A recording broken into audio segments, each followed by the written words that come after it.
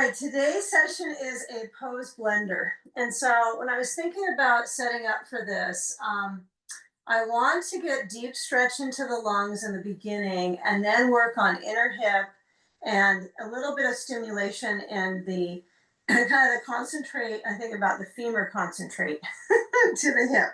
So I want you to be near a wall if you have wall, if you're using a wall, but don't get too close to it because we're going to do bird dog and some things where if you stretch back, you kick the wall. And that's never fun because you don't want to poke a hole in your wall.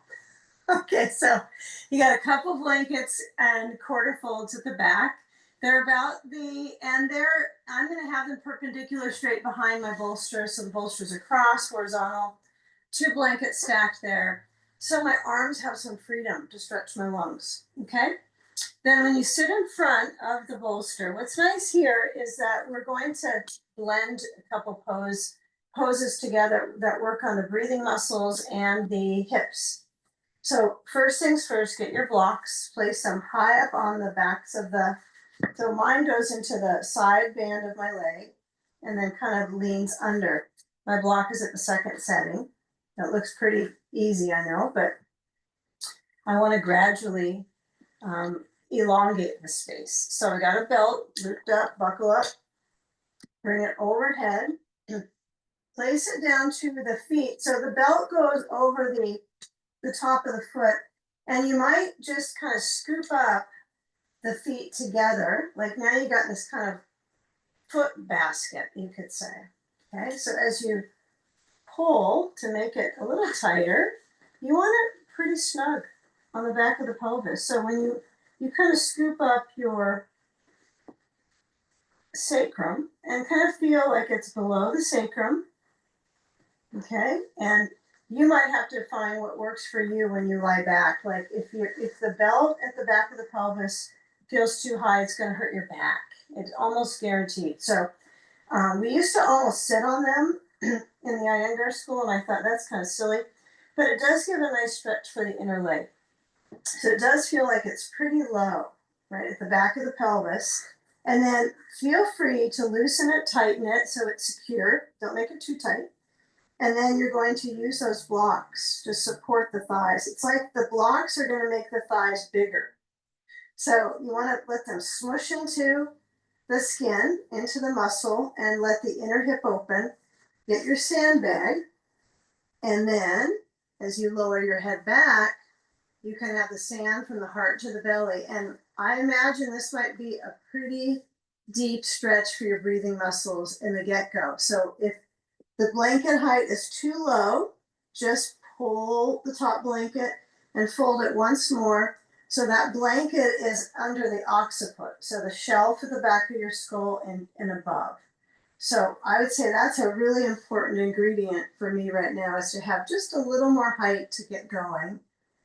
So my breathing muscles can just gently stretch. I'm not creating a lot of pressure in my neck if my head's too far down.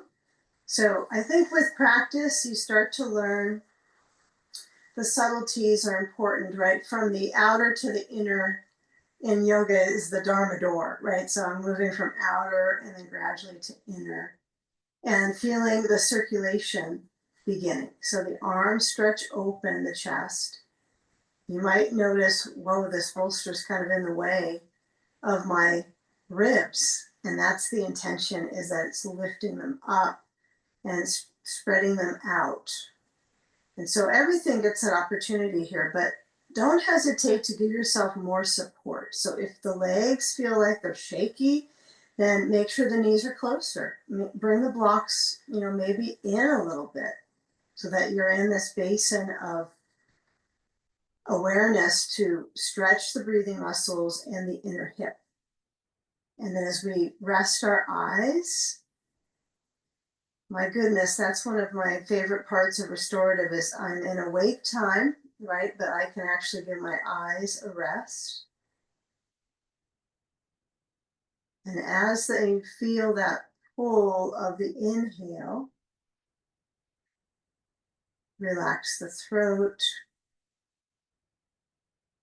and the whole fluid system that is part of our breathing muscles, sinuses, throat, right? All these areas where there's a lot of fluids that if they get kind of off off rhythm, you don't feel good. So noticing how we can start to feel that movement of the ribs via the in and out breath.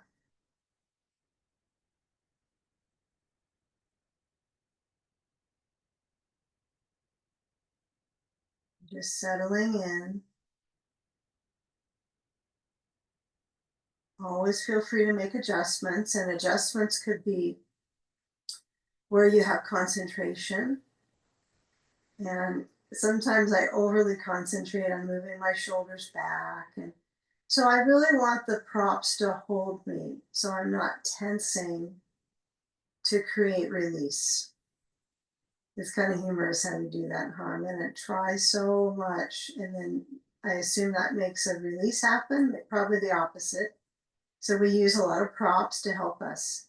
And if something doesn't work for you today, like the sandbag's too much for this moment, you just put it aside and you'll add it again in another pose.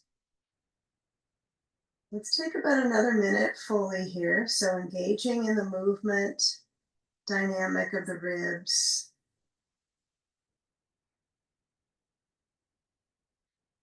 And also feel how there's that kind of centering. My first word right now is kind of slender, but you can kind of feel the navel up towards the heart. It's like this very narrow channel. And so the sacrum to the occiput, the back space, that's also narrowing too right now.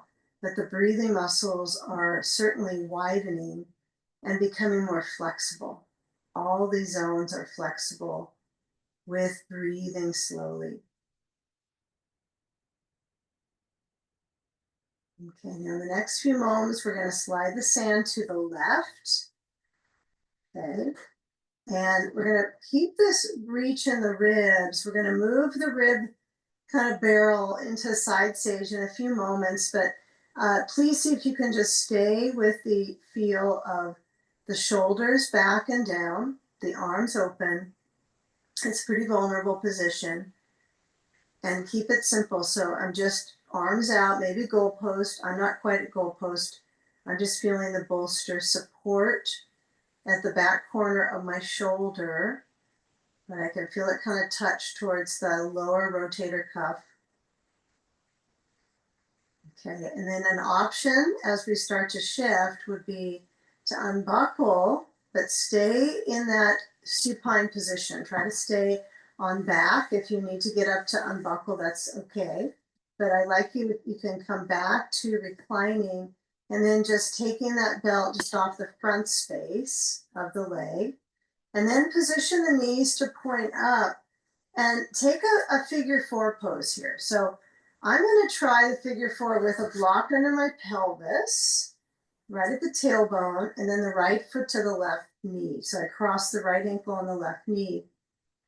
And then as I'm here, see if I can just let my left foot slide down a little bit so my right knee can kind of, I almost want to say it's hanging out, right? I'm not trying to pull my knees towards my chest like this. I'm trying to bring the knee out and then try to get a little more supple in the inner hip. Okay, so in this pose, I feel like my hips have different personalities, right? Because they probably do. They have different a range of motion. That's reality of living in a body for some time, right? This hip is this personality. This hip is different. So just kind of feel one side is kind of plain and simple, kind of squared. The other side's getting a little bit of circulation. And then just flip side. So right foot down, left foot crosses. Now, you could do this, not that we're trying to compete with ourselves without the block, but I ain't a big fan of that one. Although it is a little deeper stretch. I'm just ultra cautious on sacrum and that area getting too tight or the SI joint getting overstimulated. So make it a reasonable crossing of the left foot to the right knee, meaning you don't have to pull the foot up to the hip or anything. No lotus poses today. We'll pass on them. So as the hip opens, you might notice, this side, even if the block's in the same spot, there's a little bit different sensation on each inner hip, back of the pelvis, or hey, you don't notice a difference, that's okay too. Okay, so feeling where there's movement in the lower belly, just relaxing out into the front hip points with the breath, not with like I'm doing a dance or anything. It's with the breath. So feel that diaphragm moving way down to the lower belly. Deep breath. You don't have to be like fast breathing or anything. Just breathe. Breathe like you're in this for the marathon, right? Because it is a marathon. Okay, now as we bring the left knee to point up, pushing into your feet, lift the hips a slight bit, just a little bit of a tail drawing under, and move the block out. And I'm just going to encourage you to put the block overhead. Now you can just place it on the blanket. Now my blanket's rolled, I guess. I'll figure it out when I get up. So roll the ribs and the knees to that left side, okay? And get your ball and place it on the left rib cage, okay? So all these props at the back we'll deal with later, but right now you're leaning in. Similar to if you had the ball kind of in your armpit and you were doing some breath work to get the movement outwards to stretch towards the ball. But this is kind of easier, right? I just lean into it. If this hurts your back knee, bring the knee to the other knee so they're connected. Just lean into the ball and then turn the ribs towards the ceiling. They're not all going to go. And then back to the left. Okay, now if the ball's too high up in the breast tissue, that's no good. You want to feel like it's at the back corner. I got mine in the wrong spot there. So turning, putting that circulation in the ribs, and rotating. Left arm is fully on the ground. Okay, left elbow. I guess not the shoulder, just the elbow across. And just take about 6 to 8 of these. You go at your own pace. You might let the upper arm stretch, open. I'm going to stay a little bit more conservative on it. Just keep it close to my side, just so I can feel the ribs on the ball. That's my focus, is the ball. Breathe. Getting more elasticity in my intercostals. Okay, now as we come back on down, we're going to take the ball, lift up, and then place it to the right inner knee.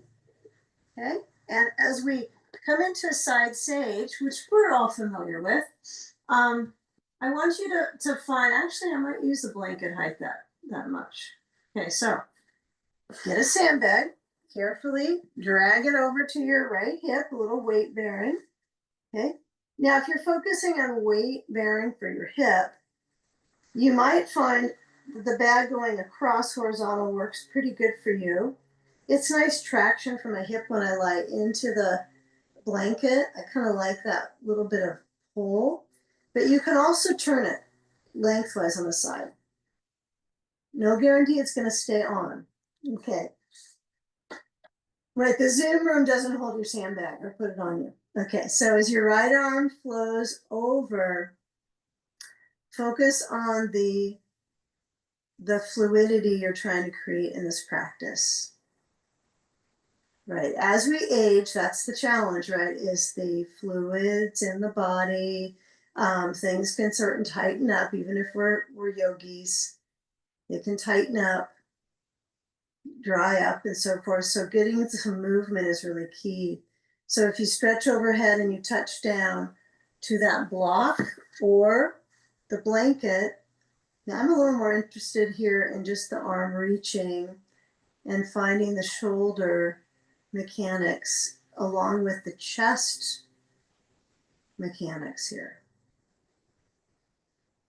There's no mechanics involved, but you know what I mean. So the movement exploration. I'm just taking a moment longer here on side sage. Just take about another maybe half minute or so.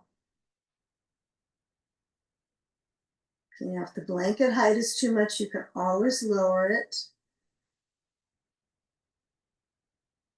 But as you're lengthening in the side, it's okay just to feel like you're lying on the side and there's weight on the hip and you're stretching the right side only. That's okay. one side at a time. Breathing slow.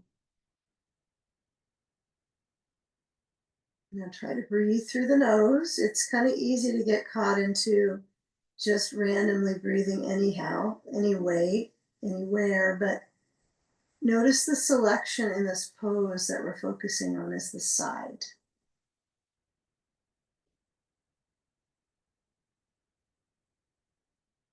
Okay, now as we lower down to move the sand off, let's take a brief sleeping sage pose. Okay, so for my ribs rotating to the ceiling, right? And as you're turning, I forgot to mention if you have a round bolster, you might use that for this. But the twist might be a little tricky with the round, but I think it's still you can adapt it into the twist. So then when you turn into that bolster, you're gonna come on up. And I've been playing with the sleeping sage, no ball under the knee. You don't want to pull the knee back anymore, right? So you bring the right leg next to the left foot so it kind of holds in the foot. I kind of think the foot is like a perfect support for my leg. And if that's not enough, you can stack the thighs. Okay. And then I take a twist here, and then as I lower down, I'm going to turn my head onto the blanket, and then I feel that pressure in my ribs from the bolster. Okay. Now, I still like this one probably a little bit better.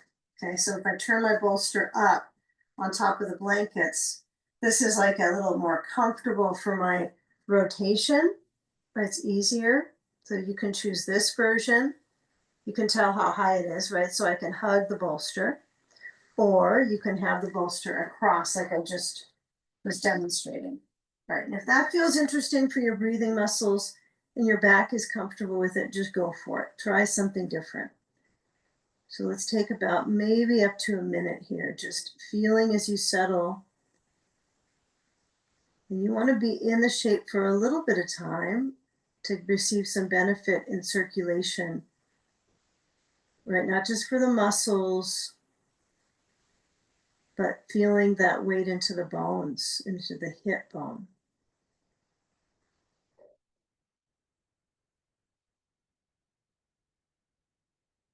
Just feel where the heart relaxes.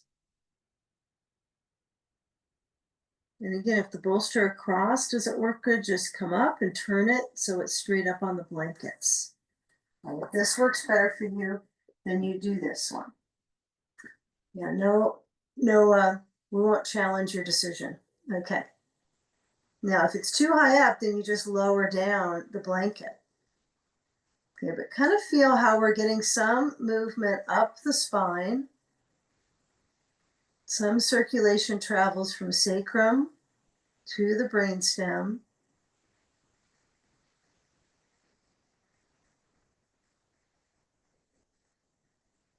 Okay, so let's kind of keep the focus on that kind of sacrum cranial kind of rhythm, the movement from the base of the spine to the brain.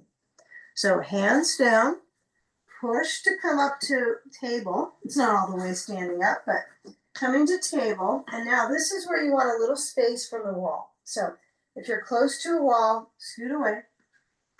Turn a bolster so it's across the mat, and have a couple blocks under your hands. Now, if you need something under your knees, take something and place it under your knees, right? So that's up to you. I'm kind of double matting lately, and that just kind of fixes all those issues.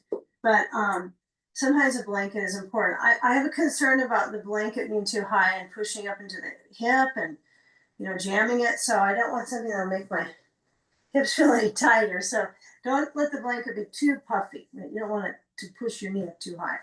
So hands under shoulders, and then come into an up dog. Let the legs stretch so the tops of the thighs kind of lean into the bolster, and the blocks are not going to go any lower. Like you can't get them any lower than the lowest setting. So when they give you that input into your back stretch, right, into the arch, you can always come down to your elbows if this hurts your wrists, right? So if you're like, okay, my wrist can't tolerate it, you come down to your elbows on the blocks. and that's fine. Okay, so let the hip settle in and let the spine feel that circulation for a few breaths here, whether your hands are on the blocks or your elbows, arching. Okay, now the glutes might grip up. That's kind of a natural, good impulse, I think, for your glutes to react like that. They're protecting your back. So when you come up to table, let's bring the knees in close. They're not quite touching. The thighs aren't quite completely together, but they're closer. And then round your back into cat pose, chin towards the chest. Inhale, arching. Exhale, rounding. So chin towards the chest. Inhale, arching. Okay, now you can stay with this rhythm. You can go slower. Okay, and another option now would be to come into reaching the right leg back. So I'm going to bring the knees together, stretch the right leg back. You might even just kind of slightly touch a wall, which is nice because it holds you up. And take kind of half of bird dog. So I just keep the right leg back. Yes, my right hip is a little higher than the left hip. So I'm going to look back to make sure my foot, the toes are all facing down. That's a start. Okay. And then bring that right thigh back to the left, and then left leg is going to stretch back. Now noticing the concentration at the sacrum, what I tend to do is I get a little shaky with this, and I'm using muscles that I probably don't need to overuse here. I can work on reaching from my navel center towards the heart, feeling the back of the space right into the sacrum, and feel a little bit of tone here, right? The right glute may have no ability to grip. It's like, it's kind of stuck, okay? So the left glute can grip, right? You can create some tone in the left glute. Okay, now left leg down, right leg stretches back, and left arm extends forward in what we call bird dog. Okay, so my right hand is on a block. You don't have to be on a block. You could be on the floor. Okay, now feeling how the right glute and my right foot is turning out a little bit. Turn the toes back down. I'm not trying to look up, and I'm just going to keep my head centered, tracking from my sacrum to my occiput. And then switch sides. So knees together, and left leg back. I'm losing my voice.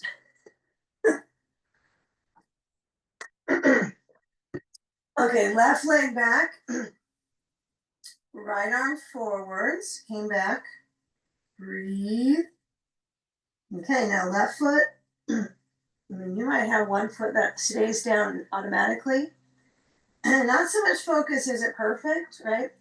Do you feel the connections, right? Into the sacrum, into the glute, which is the buttock muscles.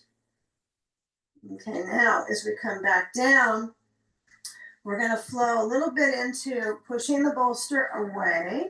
Okay, hands on floor, turn them out, slide the knees back, knees apart, hips distance, and stretch into up dog here, and let the hips drop down. Breathe through the nose, and then come back through table, toes under. Now, if you're near a wall, go to it, okay? Lift the knees up and let the heels lift a little bit on the wall so that you can actually get the support into the arms and the breathing muscles. So now, instead of trying to stretch my hamstrings so much, my heels are a little bit up, I'm focusing on that reverse flow to the heart and the lungs and the brain. It's an inversion, right? So hands push the floor away. Now, some of us might not find this works today, so we might be bending the knees and leaning back, or a little bit of a puppy pose, knees a little bit up. And then come down, thank goodness, right? Arch the spine into cow. Tops of the feet relax, and then round the back into cat.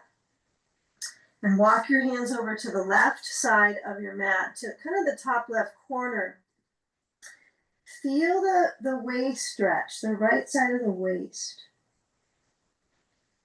Right, this is going to be, I think, a pretty good pose blending because we're going to get into the left side sage in a moment. So right side stretches in a moment here. And then come on through center and go to the other side. So walk your hands over to the top right corner and reach the hips to the back left corner. I sometimes think of this one as kind of a shoulder clock stretch. Okay, now let's come off the knees. So we're going to bring our bolster into the center across and come into the side sage on the right hip. Now, I don't think the whole blanket thing, that going straight back, was that influential for us today. So you could have your blankets like we did last time, like this. It's just good to have some change. But if you decide, no, I like my blankets across like we've done before, you can do this. Right. I think what I liked about it was that I could easily, you could do it other direction too, fold the blanket like that. You could do that easily. Okay. So I got my blankets, I got a gap here between the bolster and the blankets. Then I got the ball at my ribs. My left leg, I'm going to bring it closer to the right, and then I'm going to create some motion in my ribs. My right elbow's got to go to the floor.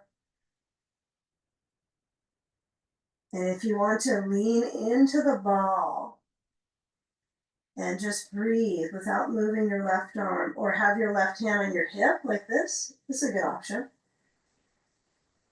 Yeah, I never really thought of that one. So bring your hand to your lower waist onto your hip and then create those movements. That's good. Because the idea is to focus on this texture in the ribs, right? Really get in here. Not so much the look of it, it's the feeling in your breathing muscles, right? That's the key, is the feeling in my breathing cycle in my rib cage, which I guess I don't really think too much about in my daily experience of sitting, don't think too much about it until right now. Kind of wakes it up. So then, as we turn back down to the bolster next time, get the ball, place it under the left inner knee, and then as we lean in, I know this is kind of an advanced series of movements, so go slow. Don't feel like you have to rush into it. Take your time. And then sand goes to the side of that left hip, or it goes across. And then as soon as I put my head down on the blanket, I want to feel like it's perfect support. I need enough support up so my neck doesn't start to tighten up. So that means some of us might, especially when we're in a side position versus being on our back, we might need a little more height than we expect. So as the left arm extends overhead to the block near you or the blanket, you're the decider. How much height do I need under my hand? Or am I going to keep wandering a little bit with my ribs? Opening the rib cage towards the ceiling. Breathing only helps.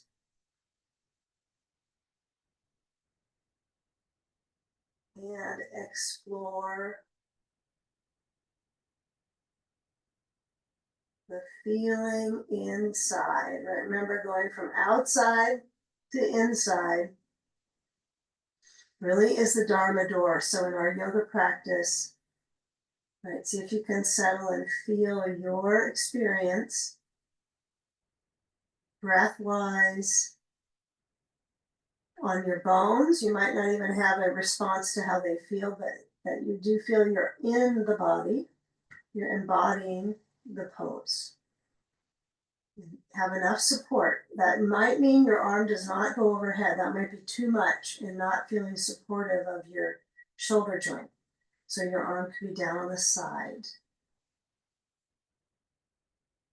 Let's take a few more breaths here.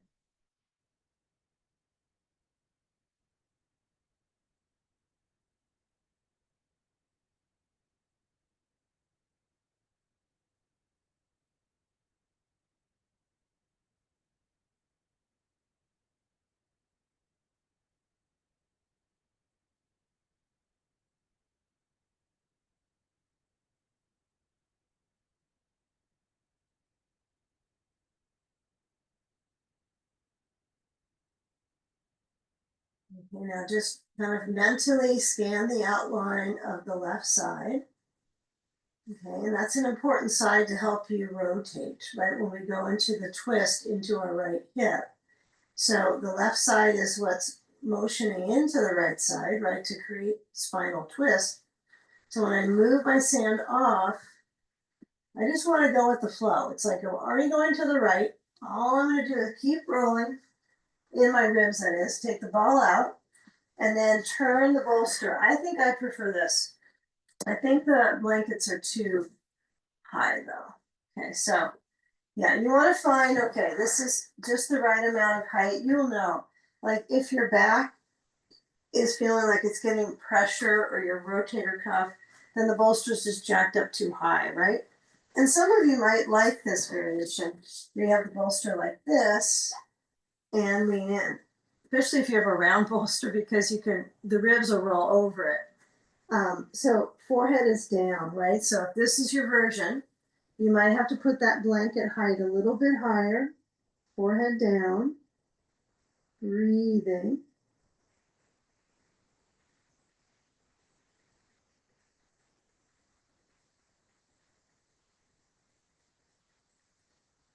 Just feeling that rotation.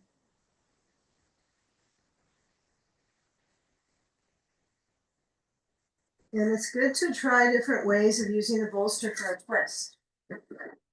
I mean, one significant reality of doing this restoratively versus sitting and pushing and so forth is that the body just goes into it with gravity, right? So just letting gravity have you, let gravity be your therapist for better or worse, right? And let your head turn and relax.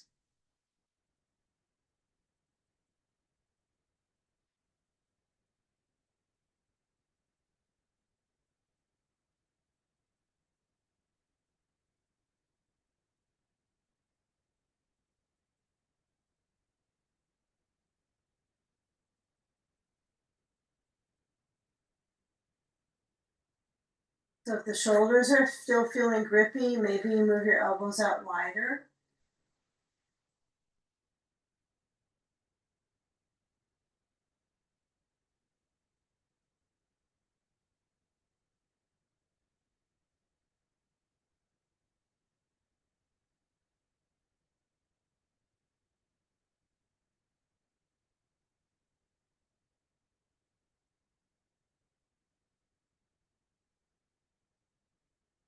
Okay, now slide your hands in under shoulders.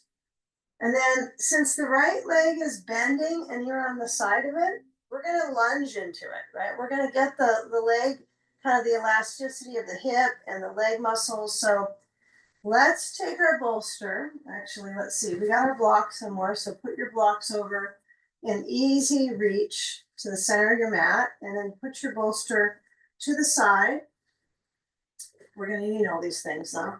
Get a belt nearby because that's gonna be needed. And then as you turn to hands, knees, let's take the blocks under our hands and put them at the second or the high setting is just a little wobbly. That's why I'm a little bit skeptical about using that initially. So bring your feet back to if you have a wall space. Otherwise, don't worry about it. Right foot steps forward. Now, of course, you can put a blanket under your left knee. That's fine. But for today, on this one, just let the right foot feel the from the ball to the heel, gently, kind of like you're getting the spine of the foot to stretch. And then as you lift the back knee off the ground, then you can bring your blocks up, right? They may be stable for you to have this high, maybe like you need them low. Another thing you can use is a chair.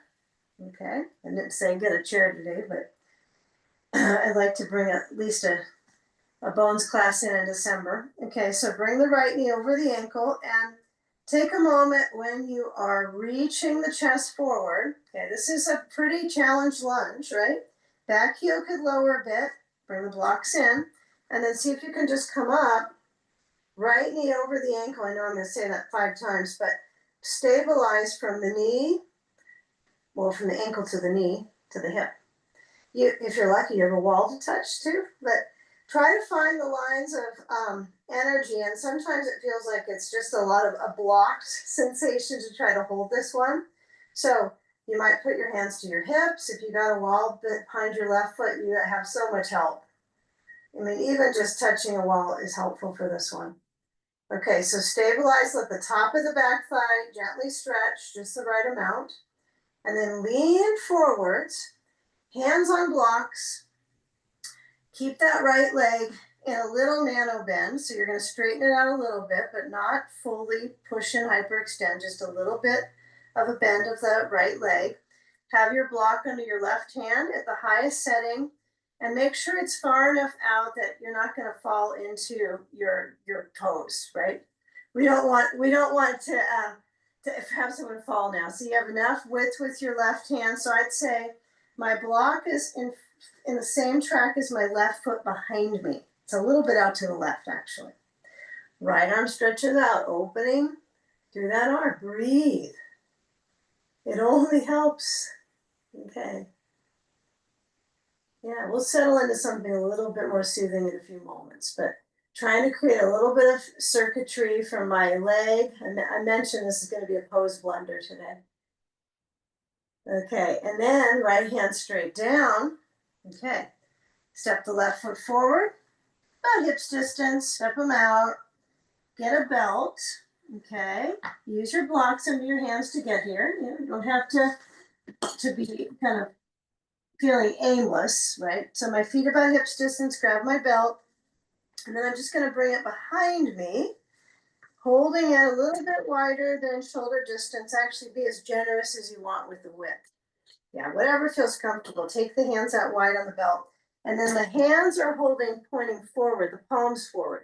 Okay, palms open, not turning back and like this, but palms forward.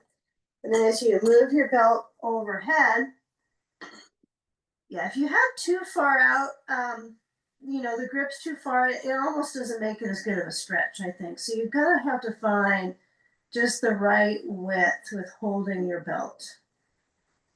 I know I haven't been practicing this one nearly enough to help my shoulders, but it's a good one if you're focusing on shoulder circulation. In general, I'd say, if you have a specific injury or repair work you've had done, you might have to hold off on this one, but just to kind of juice the joints here, holding a belt behind you, make sure your hands are far enough out, and then let the brain stem relax downwards. You bend your knees enough so you're supported. Breathe. This is a great way to do like a variation of child's pose when the legs would push into the sides of the digestive tract right when you're on the floor, but you don't have any pressure in your knees in this one. So I like to call this one standing child's pose. So I just can let my legs draw in almost towards my armpits. Breathe. You might be higher up than me. You might be this way, but still bend your knees, okay? It doesn't mean everybody's chest is meeting the legs. I realize that's not possible for everyone.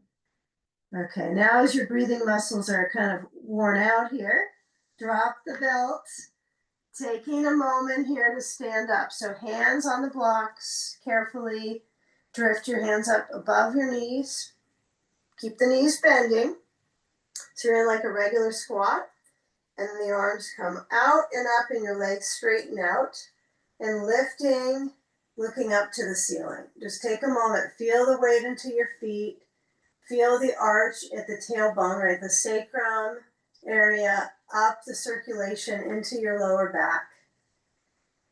Yeah, and then arms open out. Bring your hands to your hips. Make sure you're centered, that blood pressure's not too low. Try to push into your feet, bend your knees, and then launch back forward.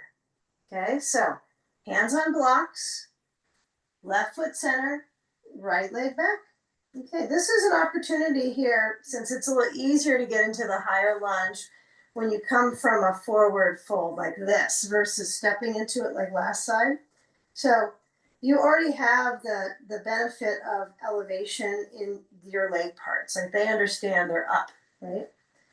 So blocks, maybe hands back to hips. Remember, it's a balancing challenge, so we're all in it. Us bipedal humans, right, have definitely a challenge It challenges our ankles as we get older, our legs, our knees, hips. So do the best that you can to line things up. So if you're like feeling a little bit all over the place, maybe put your hands back down on your blocks and just look back at your right leg. It's stable now, isn't it? Right? You might lower the heel down. If you're not with a wall, we're going to give you extra credit, okay, to even attempt this. So if you're not with a wall, feel free to keep your hands on the blocks.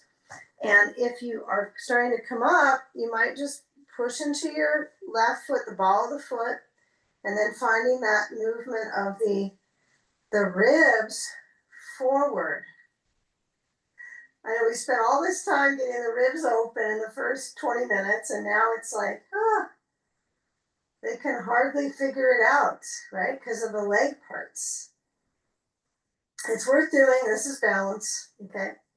So arms could go up for just a second, and then lower down, okay? Hands on blocks, back heel reaches, stabilize, and then let the left leg begin to straighten out so you can feel the hips move back a little bit, just a little bit. And again, this is all about juicing the joints and just circulation and fluidity.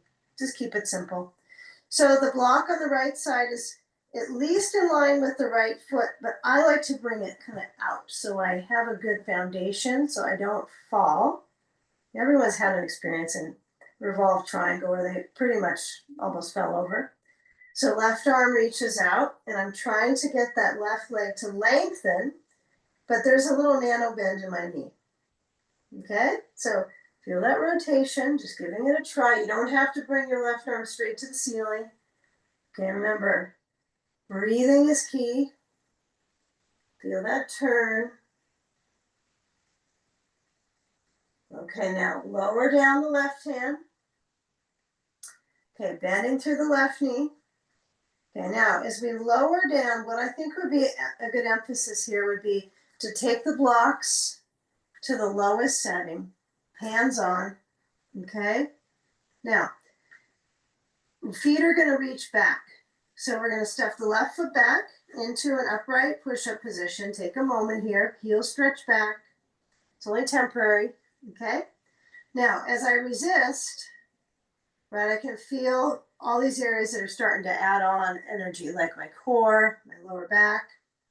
So as I lower down my knees, we were here earlier, up dog, hips forward, chest up, breathe. And now press into your hands, come back to table. Kind of feel how your hips save the day. It's like, hips help my balance all the time. So let's take our bolster, okay, get off those blocks. All right, and take your bolster across, actually no, lengthwise. So we're gonna go into tummy time. So bolsters lengthwise, blanket maybe under your knees if you would like that. And then, I don't wanna say if you need it, but if you would like it, use it. Don't feel like anybody's lesser than, just use a blanket if you feel like you need it, or you like it, sorry. Hips forward and lower down. Okay, elbows on the floor. Again, lucky if you got the wall because you can use that to kind of help boost that the posterior core chain. And your back muscles are your anti-gravity muscles, right? So they're going to help your posture all the time or not. So press into the elbows and lift the chest, breathing. Even feel, if you can feel the feet push into the wall or the toes under, and you're on the floor without the wall, feeling how that chain of energy goes in my back muscles, into my, even up my spine, supporting me. Okay, I know you're not a caterpillar, but I sometimes think about, I have an image of that and how there could be all these different places that have fibers and motions, and they kind of dance around in my body, but energetically I'm still having to kind of root through my spine and kind of keep it together, reaching forwards here. Okay, now stretch the arms back. Besides, you can lower your head, and so you can feel the arms reaching, palms facing towards the sides, shoulders back, chest forwards. Breathe. It only helps to breathe.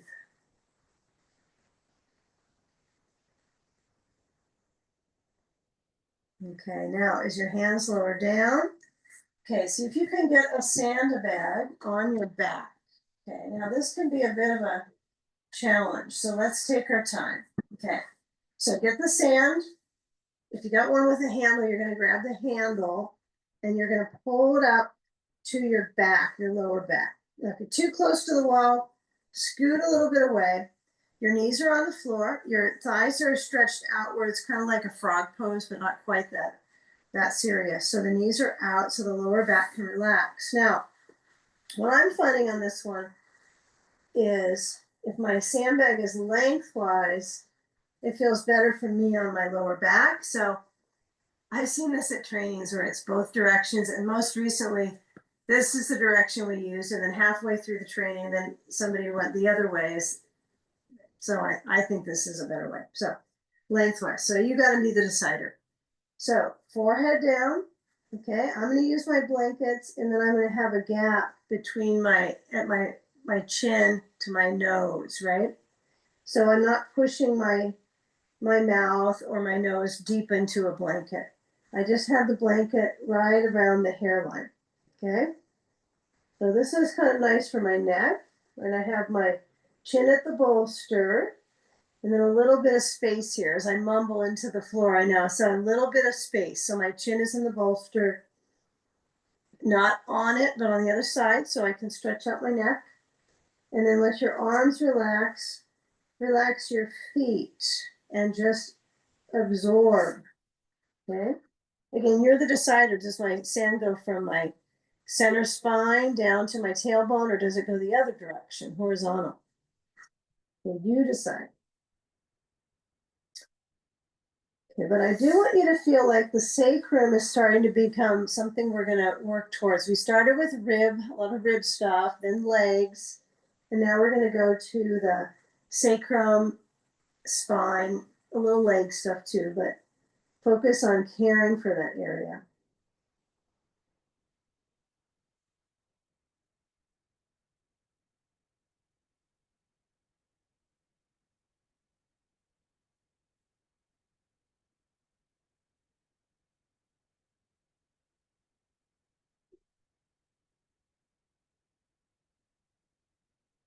Okay, now just in your mind's eye, notice that where the curve is in the lower back. It could, in your mind, feel like it's sort of flat, but a little curved.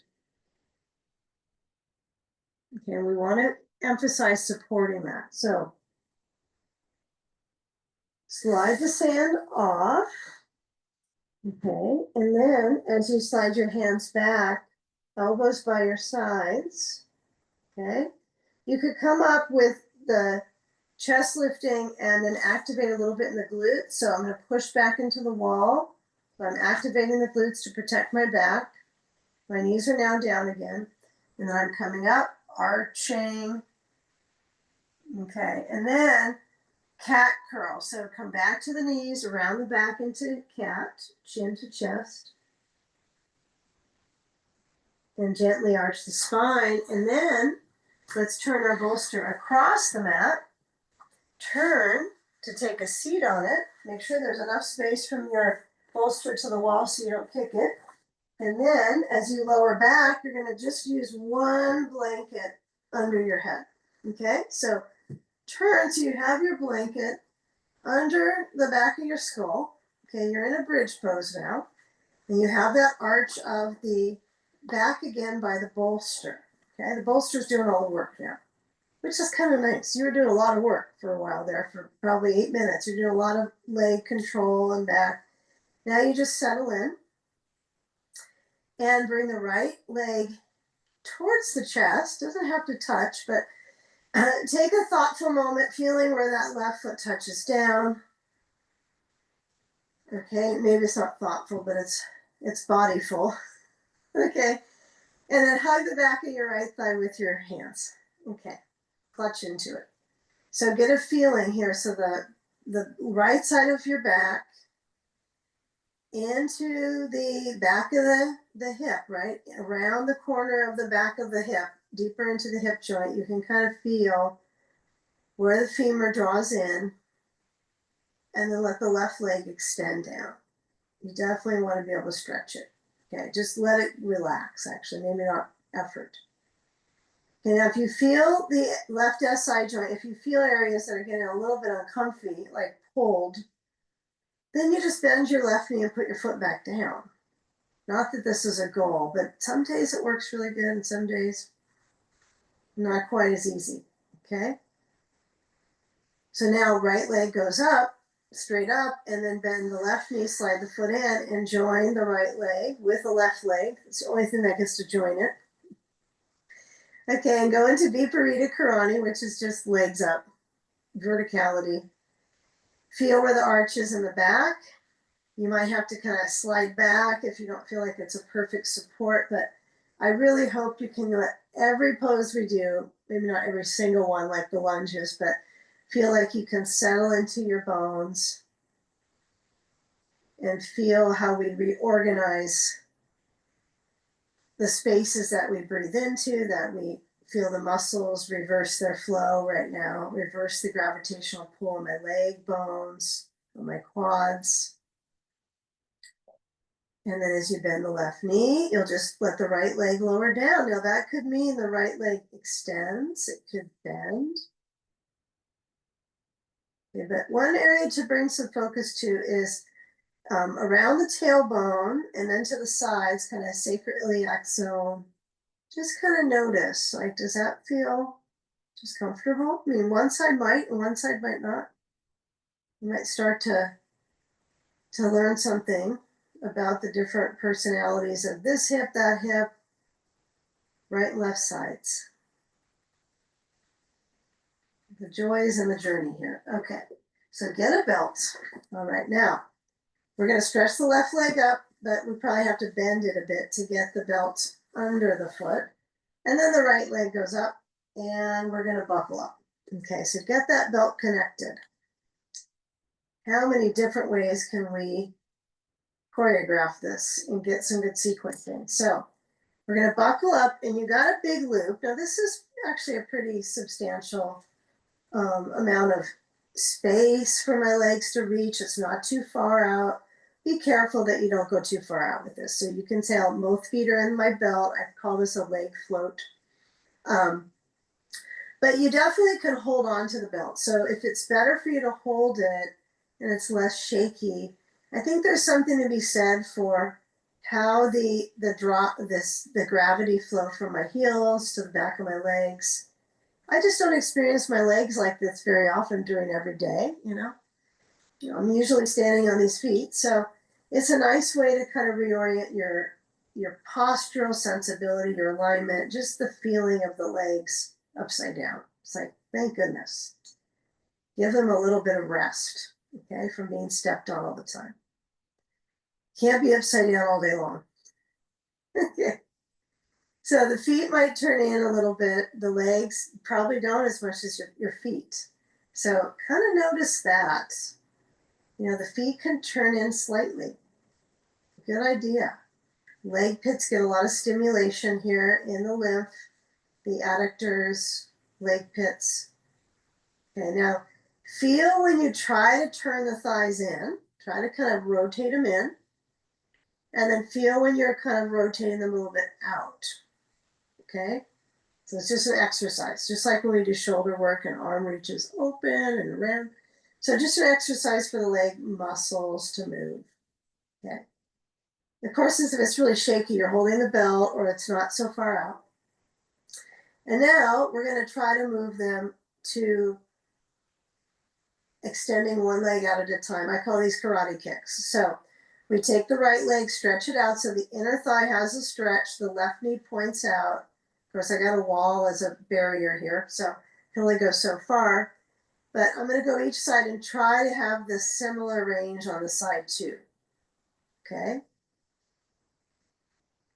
And then as you go side to side, karate kicks, you know, feel how there's both an internal rotation with one leg a little bit, and there's an external. So, you know, this is living in a leg. This is what it's like to have legs and hips. That's the better part, the hip part. Okay, take a few more moans. Leg stretches out. If it's so weird for you to do this, hold the belt and just stretch it out. Okay. You might not do a lot of karate kicks in your life, but here's your opportunity. Okay, now next time you come back center, you're going to grab a hold of the belt no matter what, and you're going to slide the feet together by pulling the belt to your chest. Okay, try to move them back out. So hold onto the belt, lift it up, and let the feet push out. That's what's going to lift it up. And then pull. Okay, now take the last couple ones of these movement patterns to feel the integration in your hips. So the feet push out, and you can feel that little bit of contraction in the hip, and then you pull. So it's really good to work on both fluidity and concentrate in the hip. Okay, lower the left leg down, please. Hold the belt with your left hand. The right foot is up, and then you're going to cross the right leg to the left and give your left knee, enough bend so you can feel like you swing your hip across. Okay. Yep. So as I cross over with the hip, I can feel that circulation in my hip muscles, and then come back center and switch sides. Left foot up, keep it real, just simple stuff. I hold the belt with my right hand, my left foot's in the belt. I cross my left leg over, and I got one SI joint that's a little different than the other lately, and I can kind of feel it sparks a little bit. So I'm just going to try to do less and try to coach them to get back into balance. So if it's feeling intense, I wouldn't push it at all. Just back off. Do your regular rhythmic movements, but just keep it real simple. Breathe well. And you're the one that's going to get you back into balance most likely. So bend the left knee, take your belt off your foot.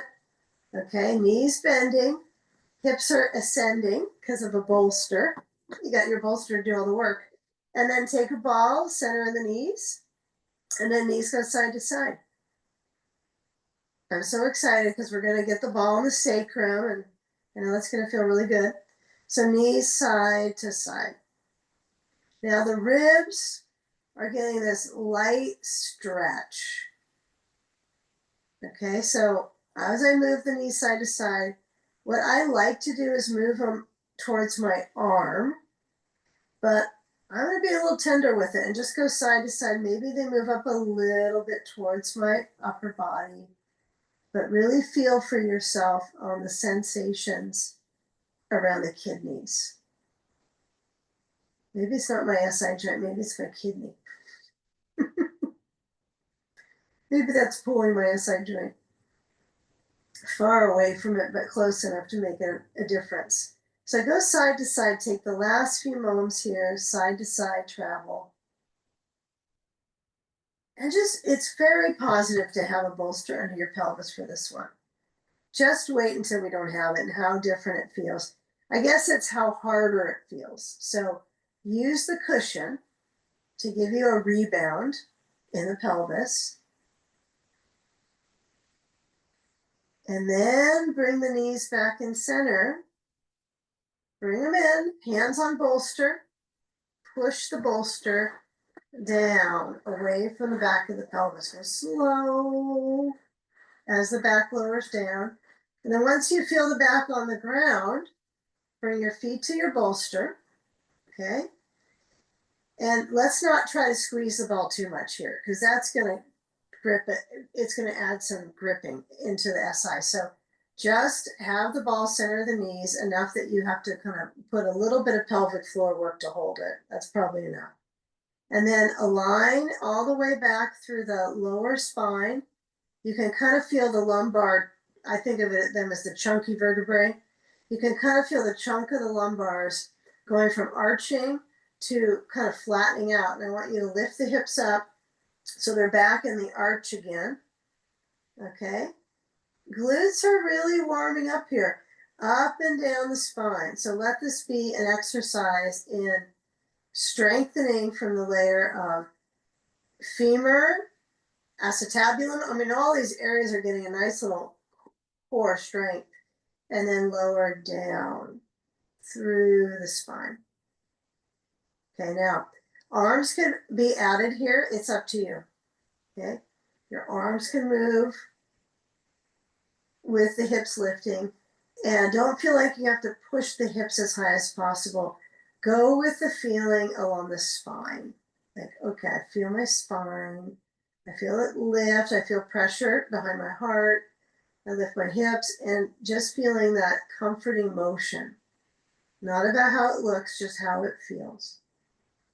And if you get a little tired, we're going to come down and massage the sacrum and the glutes anyway. So we're just about there. Okay, now last lift. Okay, now as you lower down through the spine, okay, let's take the ball and we're going to place it under the back of the pelvis. I like to say that versus it has to be on a certain bone, because the ball is big enough, it's going to be at your sacrum, it's going to be at the SI joint. But you just let your base land on the ball and feel the hip hinge, right? Certainly feel the hip hinge. And let the hips move side to side like you're wagging your tail. Okay, just the right amount of movement. Not too much.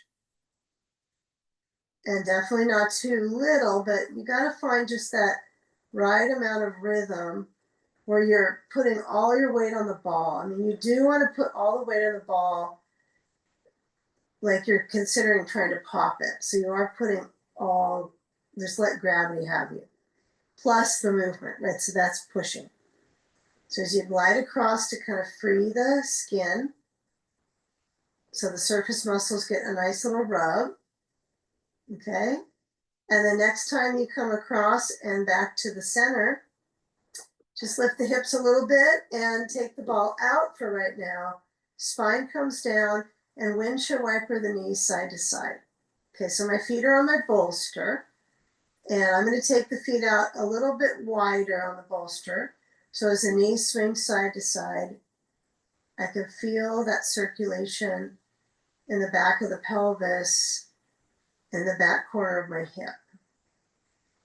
Okay, now swerve the knees to the right and place the ball, sneak it in. So you don't have to contract your glute to do it.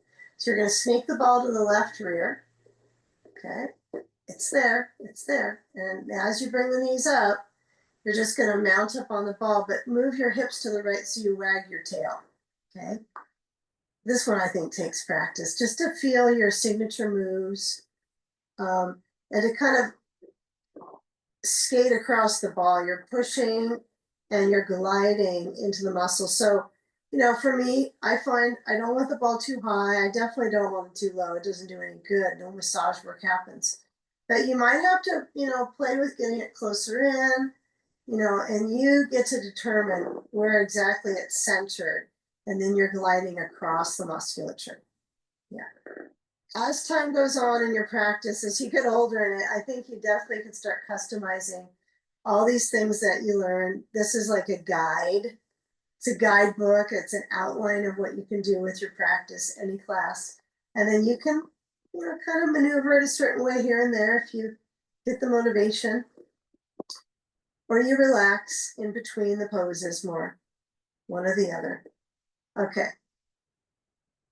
All right, now I'm going to lower down. I'm going to push my hips to the left and knees to the right, take the ball out, and then move the ball to the right side, knees swerve left, put the ball to the right rear, and then I got to really get it into that area, and then come up and move my hips side to side. So remember, the ball is not on the tailbone now, it's on the glute zone, okay? So when I'm rolling, I'm definitely, you know, I put the ball when I lean in, it's like at the rear and it's moving from, you know, all the three glute muscles, but it probably feels like it's holding more of the energy on the glute medius. I think that's kind of where it ends up feeling most of the glide, but, or not the glide, but the pressure where it feels like, oh, that feels good. That's where the knots are, where you feel the nerve rich tissue. So you might feel that's the most enjoyable place to kind of rub into the muscles. They feel tight. And you stand on your feet all the time and you sit, and these areas just don't get a whole lot of soothing, you know. They just don't. They got a hard job. Okay. So, you know, your body has a lot of work to do. It's busy. It's a busy lab. Give it some restorative. Okay. All right. So as I glide across the next time, I'm just gonna lower down carefully on the left side of the spine. And then the right side of the spine kicks in. And I'm gonna move the ball. And I'm gonna take myself into the hip crossover, but I did think a little bit today about this one. So if you decide you want to do a full bridge pose before you do the leg crossover on the bolster, go for it, okay? So what I'm going to do is push my bolster to the right side of my mat, okay? Like perpendicular. And if you decide you want to do a bridge pose with the block under the pelvis first, or have the feet right at the wall, I know some of you like that, you can do that before you do the bridge. So you have evenness with the hip flexors, you know, stretching open, okay? This might be helpful. Otherwise, don't do that. You don't have to. You're going to kick your left leg over to the bolster on the right side, and then tuck the ball into the tailbone area. You can push it in more if that's kind of soothing for your back.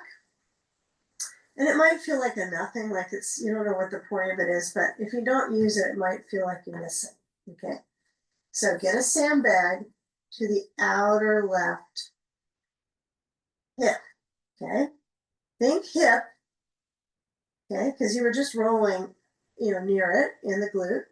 And if it feels like, no, I really want to get a little bit more stretch on the muscle fibers, just slide the sand towards the outer lateral rotator of the thigh, right on the IT band. Okay. And then give that IT band a little bit of instruction. Stretch. Okay. So open the left arm and feeling where there's expansiveness now, just that left side.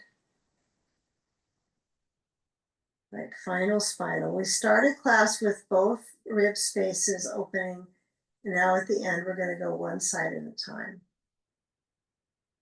And just tune into this side of the lungs for yourself, like the left side. When you breathe, left arm open, right hand can rest anywhere. Sometimes it's nice to put your right hand to the breathing muscles and just feel the range of your breathing muscles.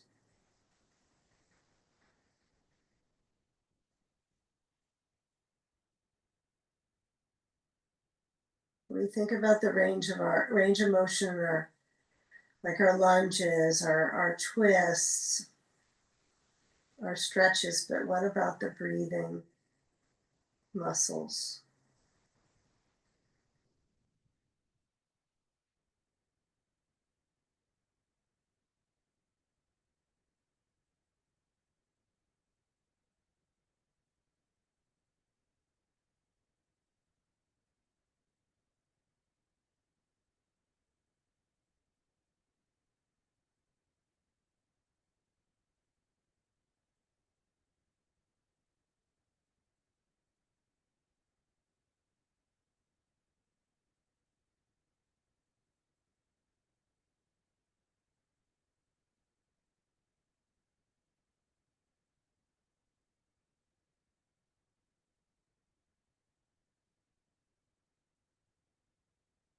Okay, and then just use your inner lens to kind of take a vision of where this range is with ribs, arm. You want to try to get some equilibrium, I like to call it. So equilibrium on side two. So you know, kind of before you lose all your props, you're feeling how far you got. Maybe you look down to your leg and go, okay, it's about this high up and so forth.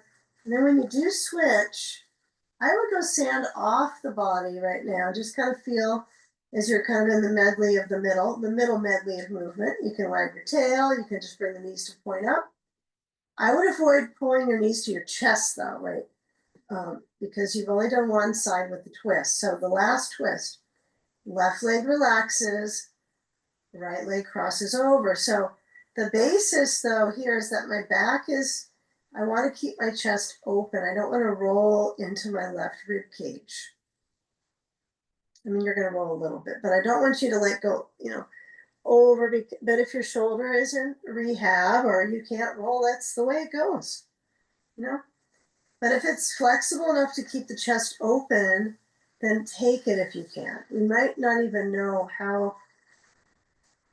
It's not brilliant, but it is pretty good when it works fine. Just recognize when you can keep your chest open, even if it's a little bit of it, it's a blip, then it's impressive.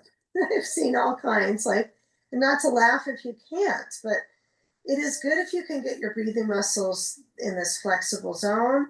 It's going to affect your pec muscles, your chest, your clavicles, your upper respiratory tree. So when your arm is open, it doesn't have to be as far back as possible. Could be the shoulder right across from the shoulder and lower. Okay, but try to get your shoulder to relax back. Yeah, body can get, pretty tight and it can't let go of tension. Or you could say it gets more inflammation that way. I mean, it could be all kinds of things could accumulate because of that tension. So just feeling when you can let go and breathe. Sometimes this is the only place I do that. Admitting those days, sometimes it's in nature, on walks, in a yoga experience, in a sitting and breathing experience, and then oftentimes with my pets. Okay. So feeling the shoulder back and feel the other shoulder is way down. The left shoulder's got no problems. It's like the knee's going over that direction. That shoulder's grounded. So body parts can help body parts, right? Leg movement can help my upper body movements, opening.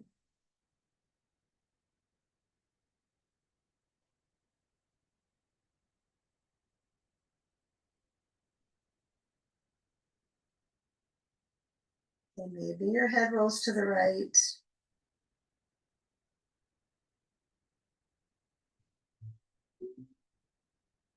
There's different organs on this side, so it's not going to feel exactly the same with the wave of the breath. That's kind of the truth, right? You got a big liver on this side. The other side's got different compartmentalization of organs and all that. So, but you have a kidney maybe on this side, right? So you might feel that part of the back has a similar opportunity to stretch into the hip.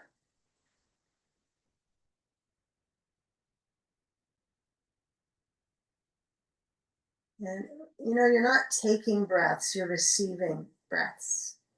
You're receiving the oxygen in the movement.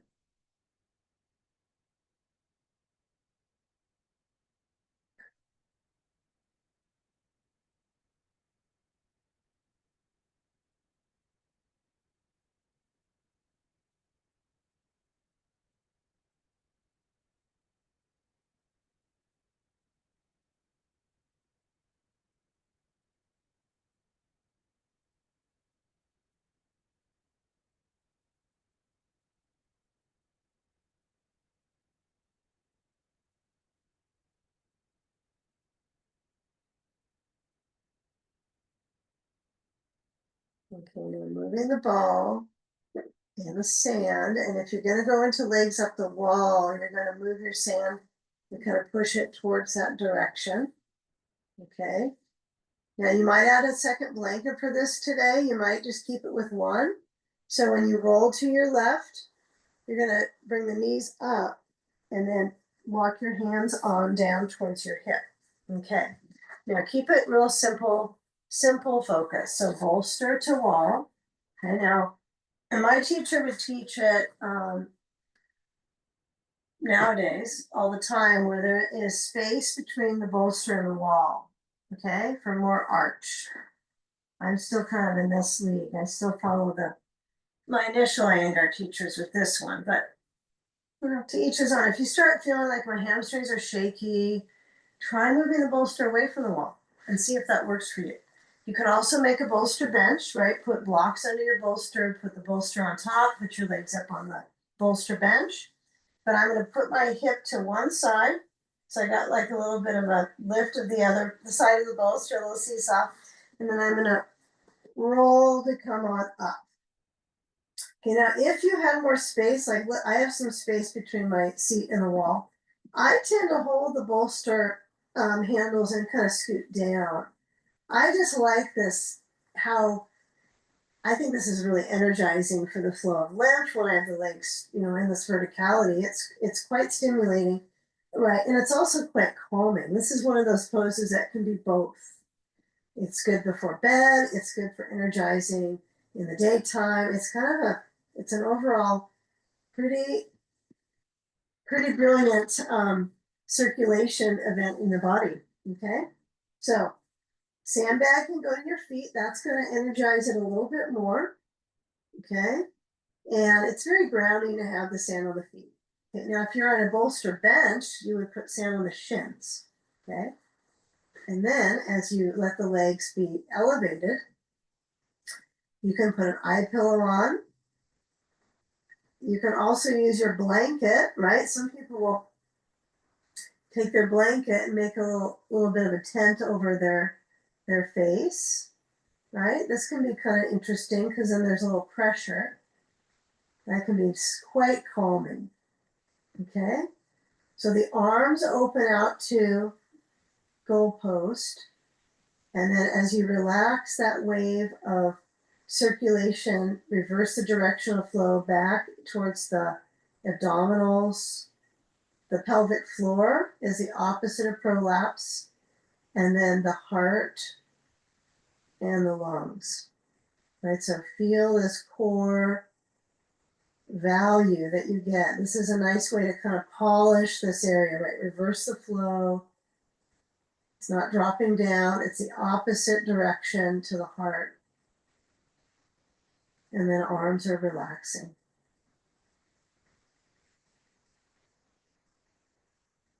And take a few moments just to steep in this pose. Now, you don't have to have your blanket over your forehead. There's no requirements. You might even want it just at your forehead, not your eyes. You never know till you try sometimes a new thing with a prop.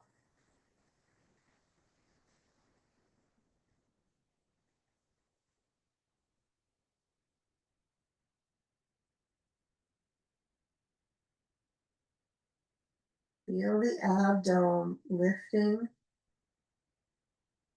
and relaxing.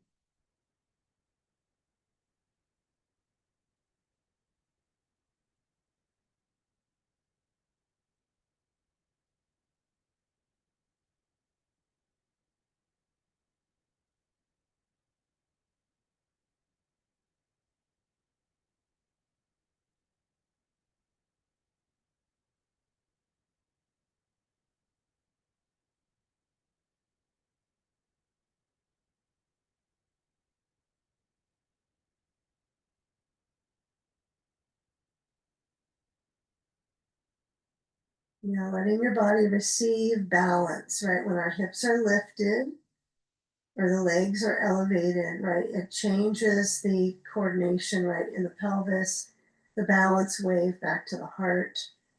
It just kind of jostles things inside. Kind of, I think of some of these poses as kind of juicing things up, marinating in one direction or the other, and just changing the inner flow.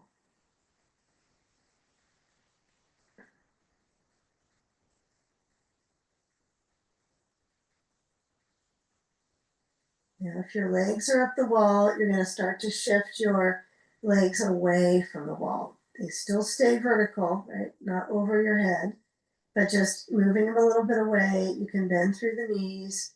You might toss your sand overhead. I like to be a little careful about it just in case. And then as the knees bend, you can throw your feet to the wall. Now, this is, a little bit of a turnaround internally to the brain. So you might give yourself a moment to come to sitting, not like fast, rapid movement. So Eyes can stay relaxed. Kind of feel the body shift, moving the eye pillow off. And then as you roll to a side, you might like this knees to chest for a few moments. And then when you roll to the side, let your arms also gather and coming into, gather awareness from your sitting bones on your bolster. Yeah, our first seated pose today. I guess we didn't do any seated poses, huh? So feel from the sitting bones and then moving that reach out to the knees. And it's a nice little kind of pile of bones for a sitting bone structure to balance up into the brain. It's quite interesting just to feel how we can align using our bones. Okay, and let your head tip to one side, last few moments, stretching the neck. And then let your head tip to the other. Your chin could be lifted, your chin could be down. And kind of feel the chin that you're in, right? Do I move it up? Do I move it down? And then back to center. Let your hands rise up so palms to palms unite to your heart center. Relax the belly and let's unite our breath. Breathing in wellness, inhale through the nose. And as you exhale, bowing into the peace within your heart.